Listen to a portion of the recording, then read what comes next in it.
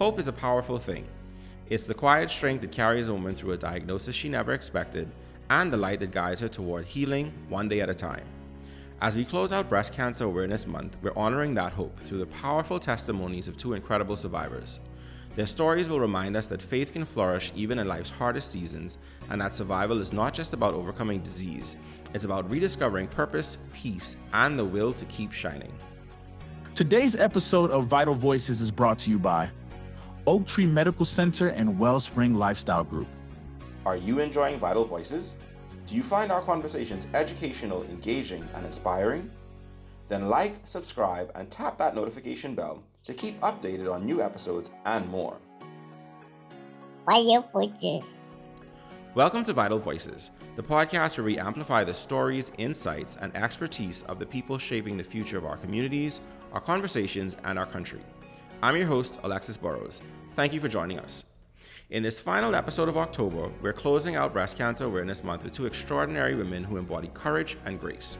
You'll hear from Dr. Idamae Hanna and Ms. Junique Darling, two breast cancer survivors who faced the diagnosis head-on, found strength in their faith, and now use their voices to inspire others to take charge of their health and hold fast to hope. Their stories are real, raw, and redemptive, and they remind us that even when life changes in an instant, God's hand never leaves. So, welcome to the show, Mrs. Darling and Dr. Hanna. We are happy to have you on. Good to be here. Awesome. So we are going to do this episode a little bit differently. We're going to start by hearing Nikki's story first, and then we'll hear Dr. Hanna's story, and then we'll kind of have a little conversation at the end, combining both of your experiences for our listeners. So as we mentioned in the open, obviously, this is Breast Cancer Awareness Month. This is the episode that's going to close out October for Vital Voices. And I've done a couple of different episodes over the past few years between my previous podcast endeavor and this one where we've talked about breast cancer. And it's typically been from the standpoint of promoting screening, of, promoting the process, helping to promote organizations that are involved in bringing awareness, doing research, building funding, things like that. But this year, I really wanted to take a different approach altogether, and I wanted to talk to people who've walked through the journey, using this platform and your stories as an opportunity to give people hope. And so that is the critical part of what we would like to kind of get out of this conversation as we go through today. So I encourage you both to be real and raw and open and honest about your journeys through it, because I imagine it would have come with its share of ups and downs, mentally, physically, emotionally, as you went through from diagnosis through screening, diagnosis, treatment, and remission on the other side. So we want to hear the full gamut of the story, but leaving our listeners with hope of being able to walk through the journey themselves. So let's start with Nikki. So take us back to the moment where you first learned about your diagnosis. What was going through your mind? Well, this would have been back in 2023, May. Mm-hmm. Well, when I first found out, I did not know that breast cancer was not on my mind. I felt the lump. I disregarded it for a week and some. And then when I went to the doctor, I did the screenings and everything, the biopsy, and found out that I had it. I was like numb, because when the doctor told me, my response then was, okay. He sat and he was looking at me, and I looked back at him, and I guess he was waiting for me to cry, but in that moment I was numb. Mm-hmm. How old were you when you got your diagnosis? 30. If you don't mind me asking. 30. 30, so that's very young. And that's a, it's a particular concern that we've seen. We've seen the numbers, especially in our country, skew so young. We have people 30, 35, 33, many more women are being diagnosed with breast cancer at such an early age. So you were numb. How did you go through that process of coming to the realization of, wait, no, this is now a fight that I'm in. This is something that I have. How did you move from numb to actually trying to process the diagnosis? Well, for me, processing it was, I didn't do it alone. Mm-hmm. My family was there from day one. And I literally the first person that I actually told I got diagnosed was my pastor. So he gave me that hope that I needed to push through dealing with the diagnosis. So that was something that played a major part in my journey. So you mentioned that you felt something was off. You felt a lump. How did you? Because I don't imagine, I can't imagine how this works, right? Being obviously as a man on the other side of this conversation, but what even went through your mind? Because you said you weren't even thinking about it, even though you felt that something was off. But how do you go from, okay, let me go from that point of self-examination into I need to go and see a doctor and kind of see what's going on?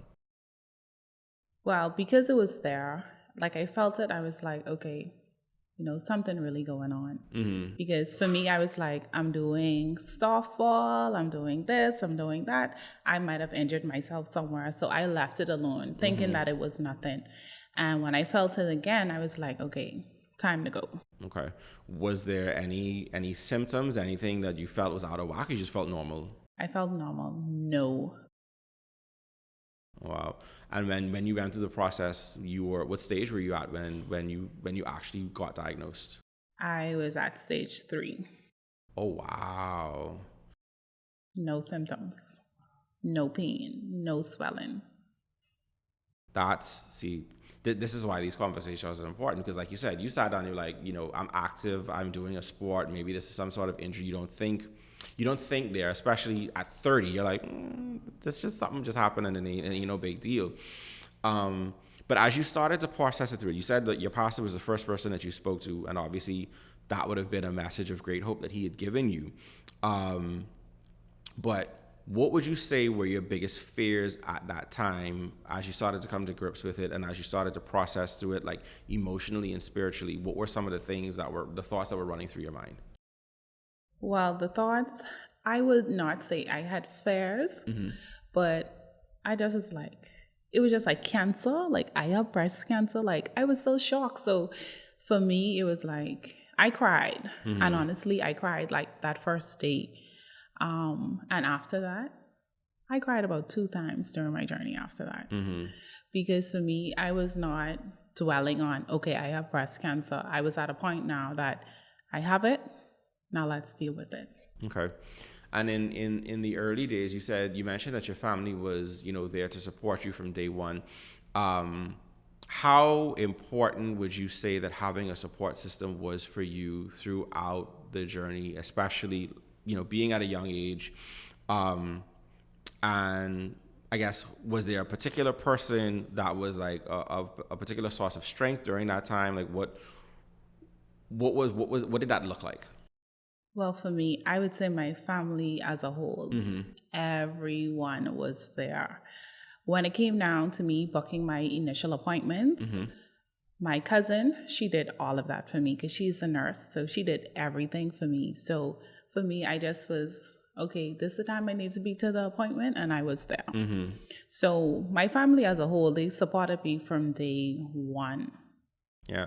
I imagine sometimes that's difficult to even do some of those basic things yourself, like set the appointment, because like you said, I know people walk through the journey and you can get numb and you can get lost in the moment of what's happening, how am I going to deal with this, all of those sorts of things.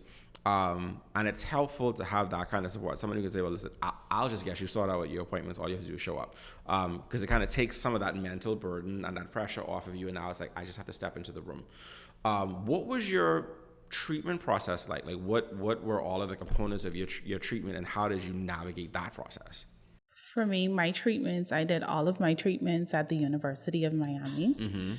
And initially, they told me that I would have to do 16 rounds of chemo along with radiation. But at the end of it, after I was completed my 16 rounds of chemo, I did not have to do radiation. I also did a double mastectomy. And during that time, that was at the time that they told me that they saw no evidence of the disease. So they opted out of the radiation process for me. And it never spread anywhere else? No. Wow, that's amazing. So to find out at stage 3, to initially be looking down at chemo and radiation and surgery, and being able to kind of step back and having gone through the chemo and gone through the surgery and not need, that's amazing.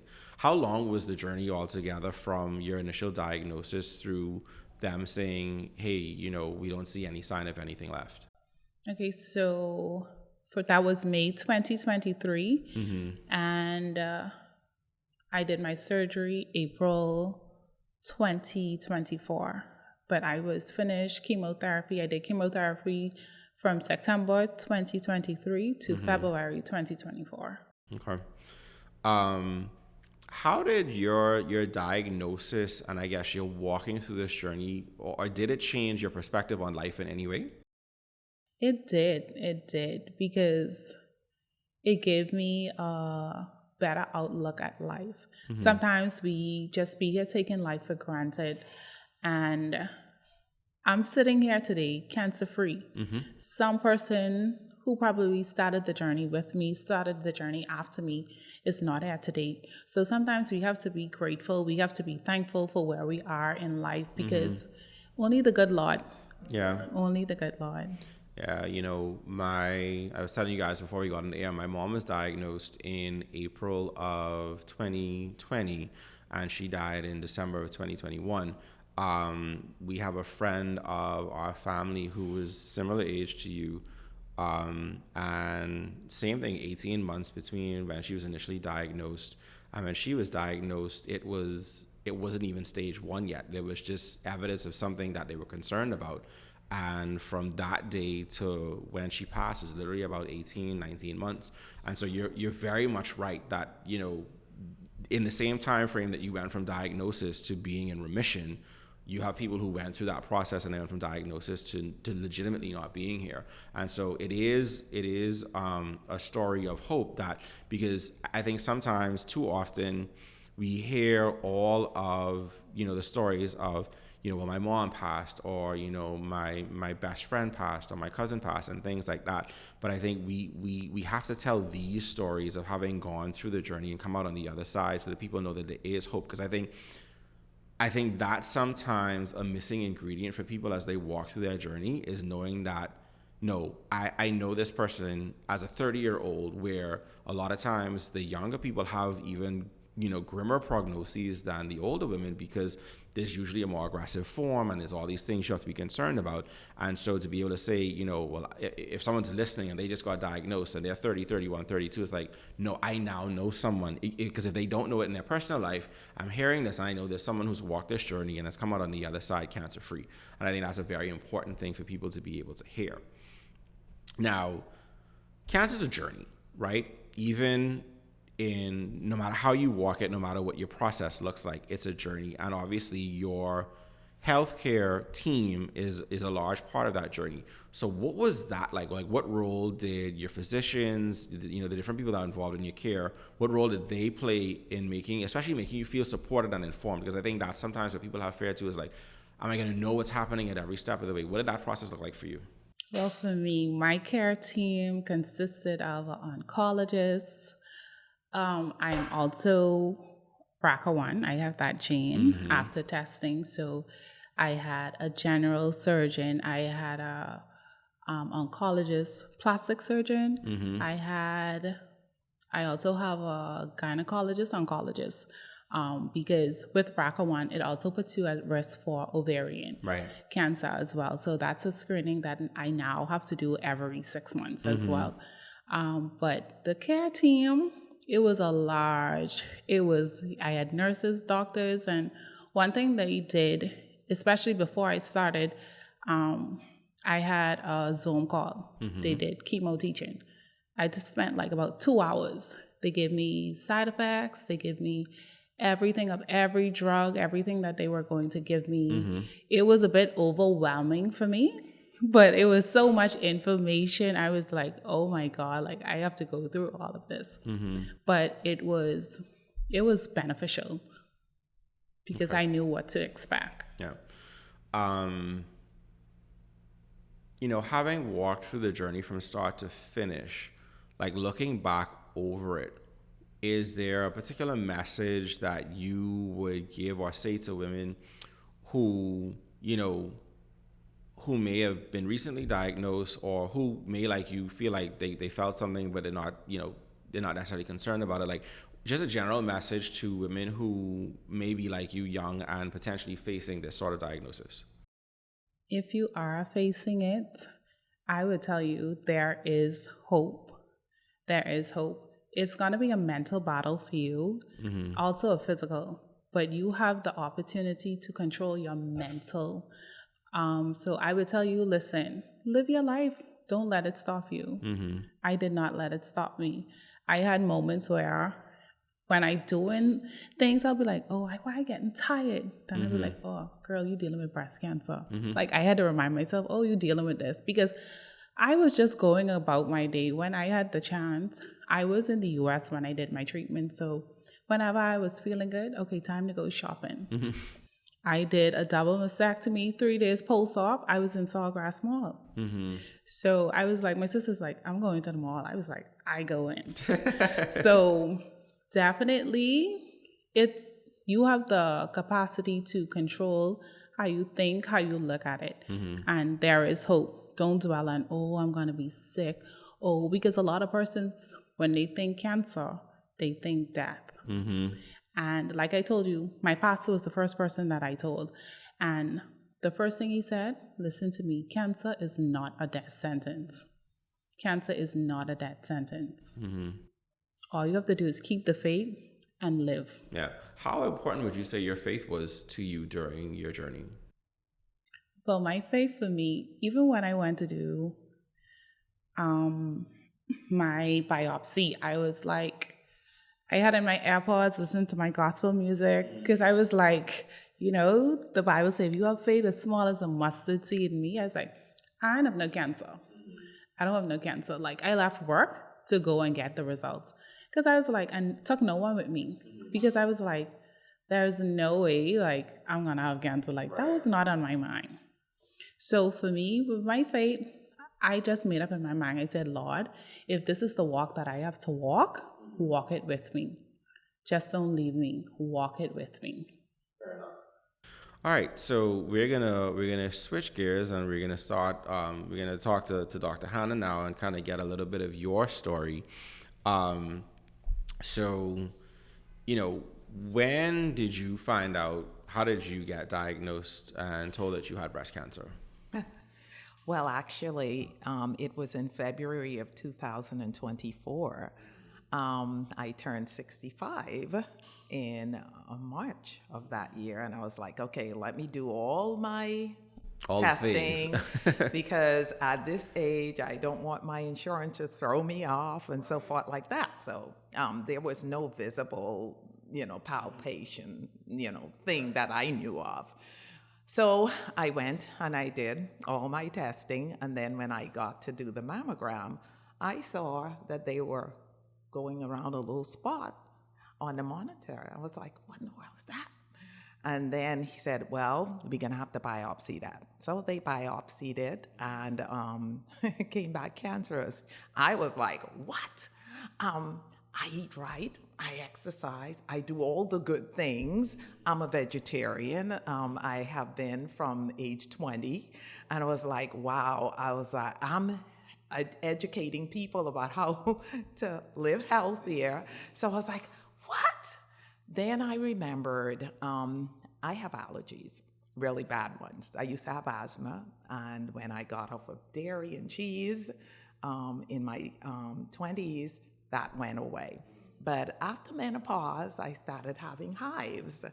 And so I had to go through elimination. Praise the Lord. I learned a lot of this from UG Pines, how to go through that elimination diet. And I found out I was allergic to wheat, okay?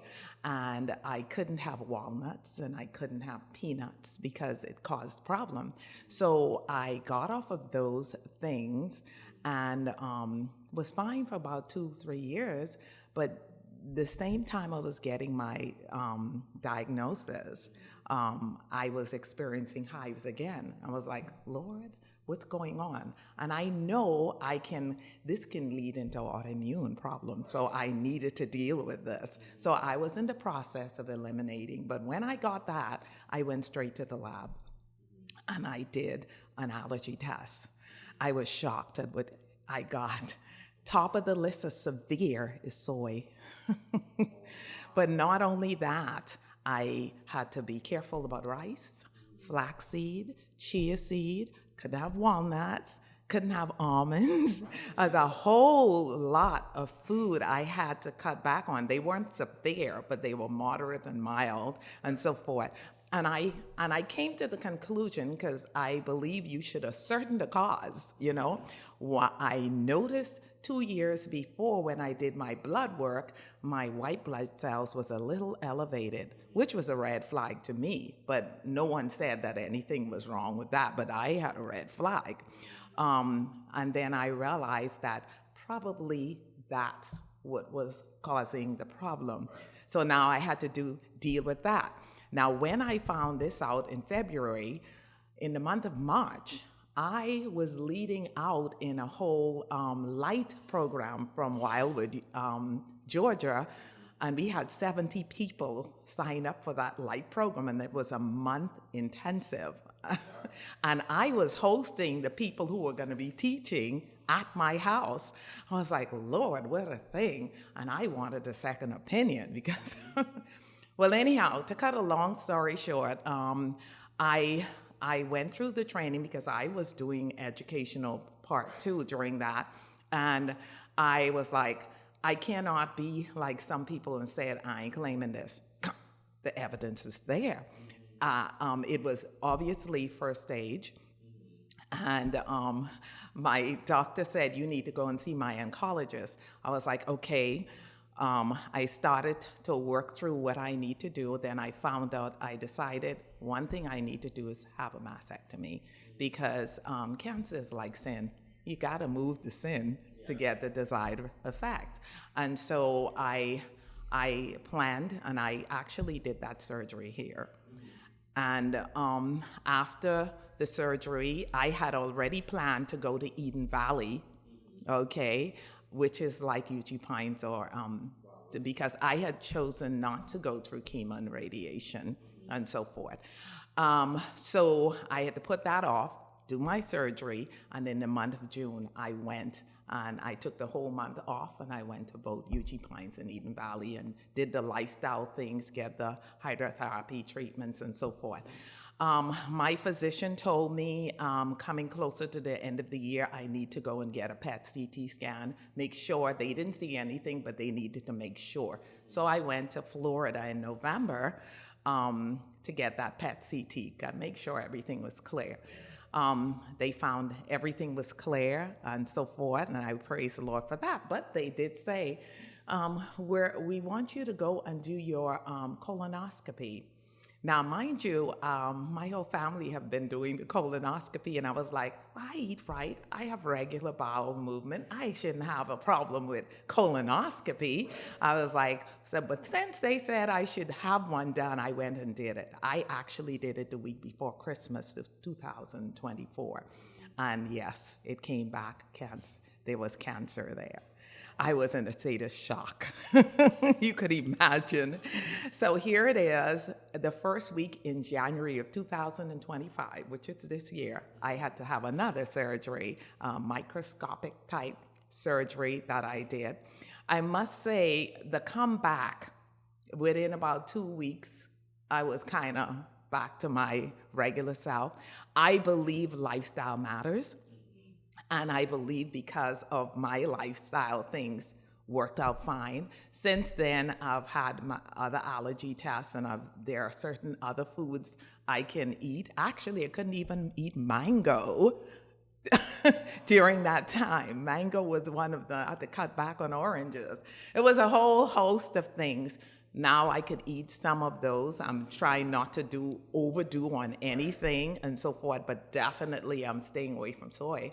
And so forth. So that was my journey, and I do believe that the allergies I was on the verge of autoimmune, Right. basically, Right, something because like that. basically when your body reacts to the allergies, it's inflammation, right? Yes, So it your is. body was sitting in a state of what seems like a constant baseline inflammation, which as I tell people, I'm not a doctor. I play one on TV, but not a doctor. But from what I understand, when your body sits in a place of inflammation, it makes you more susceptible to things like the development of cancer and stuff like that. And that inflammation can come from things like allergies. It can come from things like stress.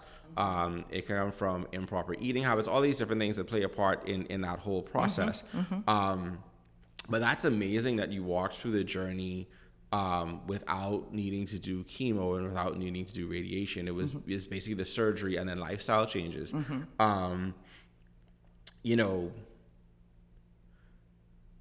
It seems like you walked through that with a very strong sense of, yes, this is something that I'm facing, but I have faith that I'm going to come out from the other side. Just walk through the faith part of that journey for me. I tell you, when I got that diagnosis, I was like, okay, Lord, is this my time? I was like, you just give me the strength to do whatever you want me to do. Empower me. I actually did call my pastor, and the Bible did say, if there is sick among you, call the elders and anoint, and the prayer of faith will heal the sick. Well, I don't, God doesn't heal everybody. Sometimes even that is for his glory. I actually got my mind realizing, I said, Lord, whatever you want for me, just help me to glorify you in whatever the situation is. So we had the anointing service. I recognized, because at that point I hadn't had the surgery yet. I didn't know what my prognosis was gonna be, and so forth like that. But I settled it in my mind, and believe it or not, it was amazing the amount of peace I had. Here I am, a whole month doing classes and so forth. The folks who I was with, they knew what was going on, but the students didn't know. And I didn't show any sign of me being stressed. And I actually wasn't stressed like that. I put it in the hand of God, and I was amazed at myself that I had that peace, okay? And that's a peace that passes on understanding, because honestly, it's not like me. And went through all of that because I couldn't do anything for the next month. But then I had a lot of time to process and decide what I was going to do and all that stuff. But yes, God has been with the journey, and I could only praise the Lord, because it's only him that got me through this with my sanity, because that was a shocker for me. And I think it's powerful to hear too, because sometimes, you get a diagnosis at the age of 65, and you could literally look at it and be like, I'm almost at my 3-10. Maybe, like you said, maybe this is just it. I do wonder though, you mentioned that you're a vegetarian, you were eating very clean from your 20s because, you had like allergies and things like that. When you get a diagnosis like this, knowing that you were, like you said, eating healthy, doing all of the right things, did it shake your faith in just the approach that you would take? Because that's 45 years of I'm doing in what's right for my body. Like, how did you process that? Because now a lot of the things that you were consuming, I'm not doing meat, I'm not doing cheese, I'm not doing dairy, but the things that I am consuming somehow are still putting me at risk. Yes, that was a shocker for me. I was like, oh my goodness, what are people gonna think? Look at me, and so forth. Then the Holy Spirit said, you need to share your testimony, okay? And here it is in that group of 70 people. At the end of our training, I requested to share what was going on this whole month. And I tell you, the audience, there was tears coming down people's eyes, because it was like, well, if you having this problem, what do you think about me? And so forth.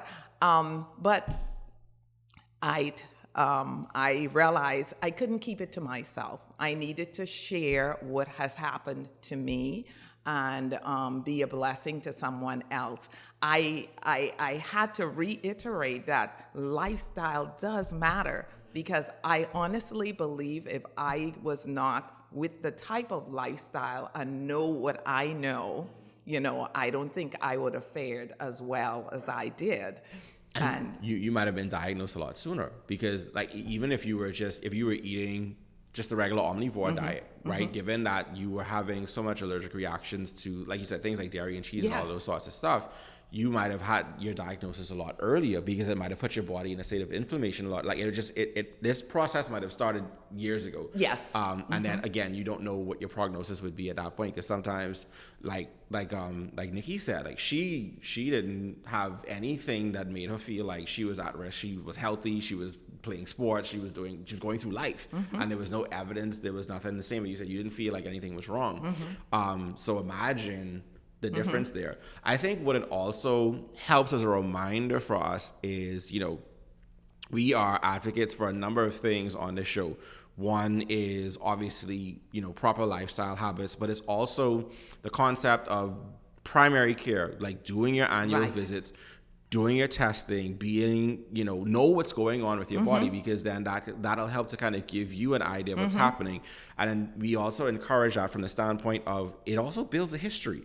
So if you go into the same physician every year, they can start to see the things that you might miss, because you're just like, I'm just a little more tired. But then they realize, hold on, wait, this has been a progression. There's something here we might need to be concerned about. And so there's also that process of it. So we are, like I said, very strong advocates of going through the process of doing your annuals, doing your primary care, but also, advocating for proper lifestyle choices to kind of help keep your body in prime condition. I want to say, when I did the colonoscopy, they told me that they are recommending that all breast cancer people get the colonoscopy at the right age. I think it's 45, because they see the same type of tissues as in the breast, in the colon. And wow, when I did it, there was a problem. So right now, another thing, testing is very important. That's something at the top of the list. Go and do your mammogram, do all your tests. And at the appropriate time, do your colonoscopy. It is very important, especially in this country where colon cancer is another biggie. And so I do have a colonoscopy to do again at the end of the year, just to make sure everything is fine. But that was a wake-up call to me. You start to go through that process of, now you have screenings every so often, whether it's annually, every 6 months, depending on what it is. I know that whole process changes.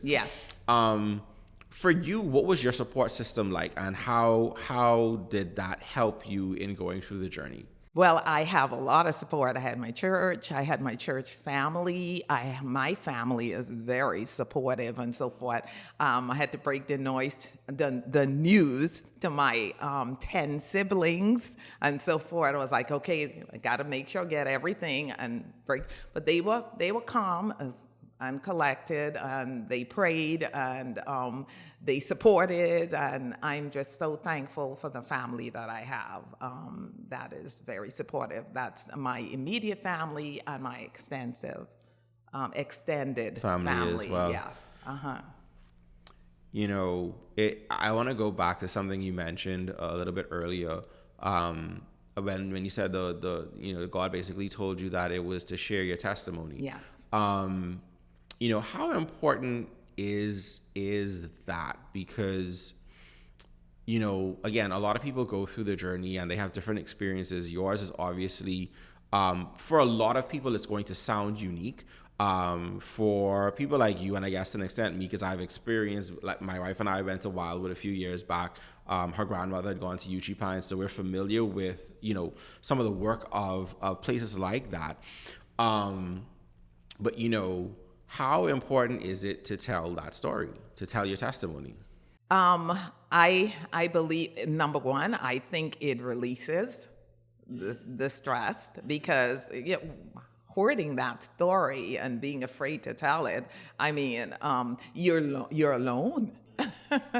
At the same time, there's so many people you can help, and the Holy Spirit told me, you need to share. You need to open up. And I'm glad I did. And I think it's helpful for my family too, because looking into colon problem, we found out that there were 7 of my family members, uncles, cousins that had the problem with colon problem. So it's genetic also. But if you're not talking, you would never know about these things, and you will not be able to help someone else. That's true. I mean, was there a family history of breast cancer as well? My aunt who lived with us, she had breast cancer. And so when I was diagnosed, I asked my doctor, I was like, I haven't had any children, and I remember my aunt didn't have any children. Does it have a relationship? And she said, there is. It does. And I was like, wow.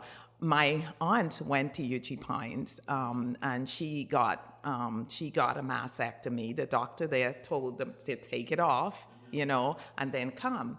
And she lived to almost 80 years old. She had no reoccurrence, so. Yeah, I would encourage people who are listening to this, obviously we advocate for, listening to your physicians and going through that process. But at the same time, I would encourage people to go and visit websites for places like Wildwood and UG Pines, and go on their YouTube channels, because I know Wildwood for sure has testimonies from some of the people who've walked through their facilities. Mm-hmm. I know their chaplain, his name is slipping me at the moment, but I know their chaplain had stage 4 leukemia and came out on the other side and is still working in the facility and telling his testimony every time people come into there, and it's a part of the whole experience. And a lot of it was managed through lifestyle change. Mm-hmm. It's so funny. I've been recounting as we're coming up on having been doing the podcast for about a year now. So we've been doing just reviews of some of the things that we've done. And it's so funny. One of our most frequent guests has been Junique Cambridge, who's the dietitian at Oaktree Medical Center.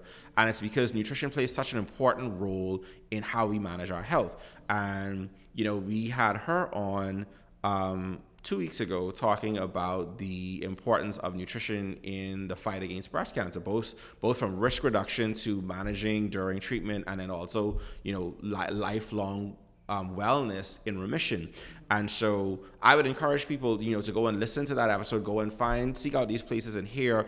And if there is, an inkling of, hey, I need to be going in this direction, go and see what it's all about. Mm-hmm. And see if it's something that's for you, because you might find that, that in tandem with a traditional medical approach, mm-hmm. Might bring you to the best place of healing. Because at the end of the day, what we want to encourage people to do is find healing.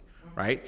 For some people, it's going to be fully traditional. For some people, it's going to be a combination thereof. And for some people, it's going to be purely, through lifestyle change. It just depends. Your journey was predominantly through lifestyle change. And so I think it's important for people to hear that and understand that, the way you approach your health can be done from a number of different directions. And I think both sides of what people would consider traditional and non-traditional healthcare can work together to bring about, positive outcomes. Yeah. When I thought about what I needed to do, I didn't throw anything out. Right. Because I may have to come back. Mm-hmm. You know what I mean? But that was traditional was not my first. Right. Okay. I realized that just boosting my immune system with a lifestyle change mm-hmm. was gonna give me the best way to go. Mm-hmm. And if I have to do the other, then fine. Mm-hmm. So I think the combination is extremely good. Yeah. From my understanding, you were operating in naturopathic medicine prior to your diagnosis, correct? Oh, yes. Yes. And working with nutrition and lifestyle changes. And I've referred a lot of people for help mm-hmm. in that area. So how was your survivorship shaped your mission, given that you were already in the space of naturopathic medicine, but did it change it in any way? Did it enhance it in any way? Or did it reinforce it? It just reinforced. Just reinforced. And again, because here it is, I have a deli, natural deli, vegetarian, plant-based deli that I operate. And people were coming in for gluten-free and this free and all kinds of things. People with needing to get off of tomatoes, nightshades, and so forth. And of course, I was stenching a little bit. Now I'm full force into it. We have gluten-free, we have everything free now because, and I believe the Lord allowed me to get in a position where I had to, and then I can help more people who have the same issues.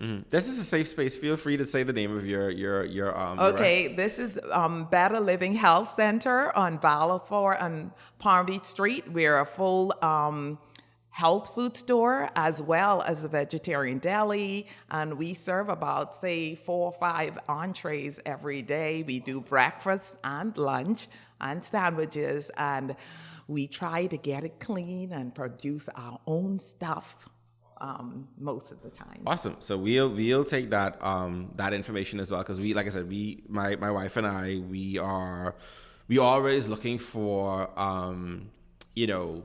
places like that, plant-based things like that, to kind of keep it as a part of our diet as well. So it's always good to know that there's another something that's out there for people to be able to find different options for, like you said, when you're looking for plant-based, when you're looking for the different gluten-free, this free, that free, to have another option where people know that they can go to get that. So I'm happy to hear that. What would your message of hope be for someone who is newly diagnosed or currently in treatment for breast cancer? There is hope. Right now, get your options. Don't just settle for one.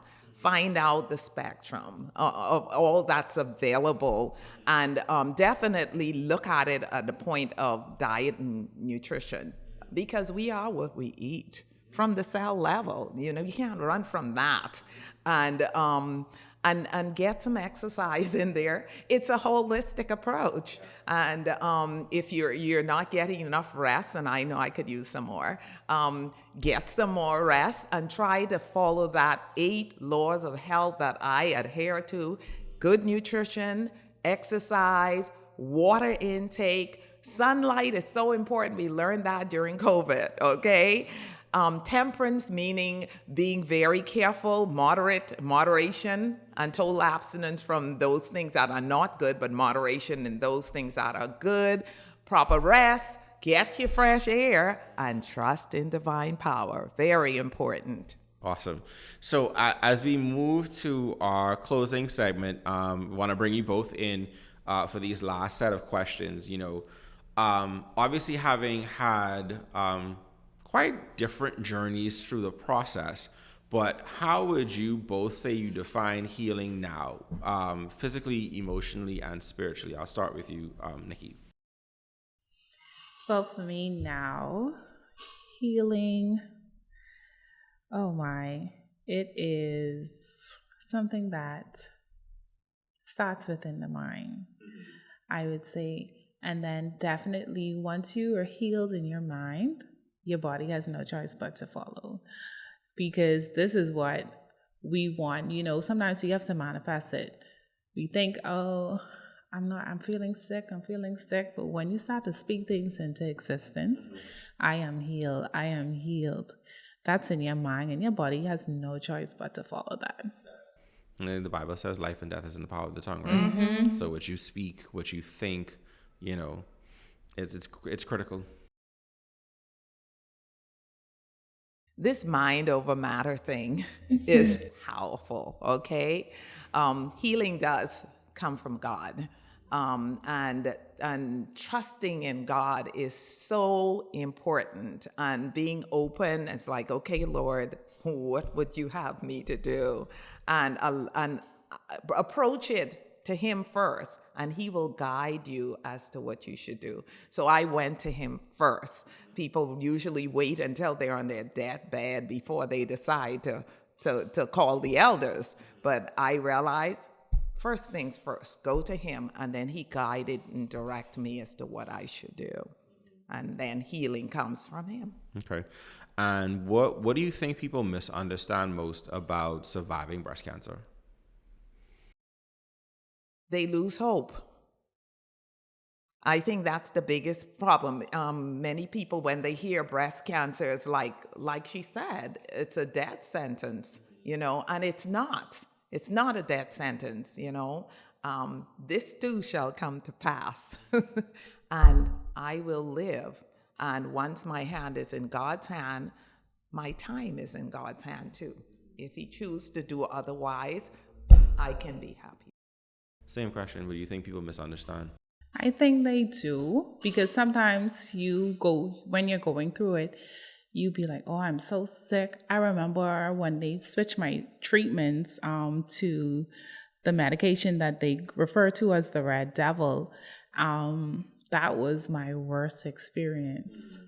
And I was not eating like for 2 weeks. So during that time, persons might think, oh my God, like this is not it. Like, this is it for me. But sometimes we have to look at the bigger picture, because I would have never thought that, looking back, wow, this is where I came from. And when I started, I never knew that this is how I was going to be. You see yourself losing weight, doing all this hair falling off, and then you start to look in the mirror and you be like, I don't even recognize the person. So you can't lose hope there, because you have to look at the bigger picture. I'm still alive. I'm still living. I'm still pushing through this. So you just have to keep it all goes back to the mind. Stay focused on your goal. I am going to beat breast cancer, despite how it may look. Yeah. Both of you mentioned that your support system, whether it be your community, your church family, or your actual family, were very helpful in supporting you through the journey. But I know that people oftentimes who are walking alongside women who are going through the breast cancer fight, may not often know the best way to support. So from your perspective, what would you say, or what advice would you give to say how, whether it be your community, your friends, your church, or your family, can understand about supporting women as they go through the breast cancer journey? If you can get support from your church family, prayer changes things. And from day one, my mom, everyone who she knew could have prayed, she was calling. Everyone. I had my aunt who lives in Atlanta. She was like, I have you on our prayer list. So I had my church family, my Revolution church family. They prayed me through. My pastor, he was there every step of the way. He encouraged me. He prayed for me daily. And that's something that you really, really need. And your family, let them, as much as you can be around your family members who can support you. Sometimes that's all you need. Because at one point I did 4 months straight in the US, and I was like, I need to come home. I had family there, but everybody else was here. So when I came back home, sometimes it was just being around family just gave me that hope. Yeah, that sense of normalcy. Yeah, right. What about you? What would you say, how families, churches, or communities can better support women who are walking through the breast cancer journey? Yes, I'll always be indebted to my sister. She came to Eden Valley with me. She flew from Cayman and came with me and was with me through the journey. Family members, actually, my church, as well as my sister-in-law and my brother, their church, Grace Gospel Chapel, they were praying for me. So there were all these pockets of people praying, and I know that the power that came from that prayer was a blessing to me. So yes, supportive family, prayer warriors all over, was very helpful, and I felt those prayers. Awesome. So one final question. What is this Breast Cancer Awareness Month? Because obviously both of you have just recently gone through this fight. But what does Breast Cancer Awareness Month mean to you personally? Well, for me, this year is the first time I'm actually sharing my story. So this month, this is now my second time sharing my story. So for me, it is now giving me hope to give someone else hope. Right. I've had it. You have it. Now let's get through it. And there is hope. Yes, don't give up. There is hope. And yes, we need to do what we can to be a blessing to anyone who has the problem. So yes, that's basically what I would say, you know. Any final words from either of you as we wrap up? Any words of advice, wisdom, prayer? Yes, what I would say, people, go and get your tests done. Don't procrastinate on that. If I had procrastinated, it could have been worse, and so forth. So get your test done, get your colonoscopy. A lot of people don't want to do it, like I didn't want to do it. And get your regular checkup. And there are, if you don't have the money, there are freebies, you know? Just take the time to take advantage of those things. Right. And like she said, go and get tested. Like if you feel something and you're not sure, even if you don't feel nothing, I'll tell you, just go and check. Go and check. Because at the age of 30, you would never think that, oh, there's something I'm going to be dealing with. So go and get tested. Go and get tested. All right. I want to thank you both very much for taking time out of your busy schedules to join us on Vital Voices today and tell us and our audience a little bit about your stories and your journey through the fight with breast cancer. My hope, obviously, is that anyone listening who is going through the fight or supporting someone who's going through the fight will find hope in hearing stories of women who have overcome and are sitting on the other side as survivors. So thank you both for being on the show today. It was a pleasure. Thank you, too, for having us. Awesome. What an incredible reminder from Dr. Idamae Hanna and Miss Nikki Darling that healing is not just physical. It's emotional, spiritual, and deeply personal. Their courage, honesty, and faith that reminds us that survivorship is living fully, loving deeply, and giving thanks for every new day. As we close this final Vital Voices episode for the month of October, we honor every warrior, every survivor, and every family walking this journey of hope and healing. Your voices matter, and your stories light the way for others. So until next time, stay informed, stay connected, stay well, and stay tuned for the next Vital Voice. We'd like to thank today's sponsors, Oak Tree Medical Center and Wellspring Lifestyle Group. Are you enjoying Vital Voices? Do you find our conversations educational, engaging, and inspiring? Then like, subscribe, and tap that notification bell to keep updated on new episodes and more. Vital Voices.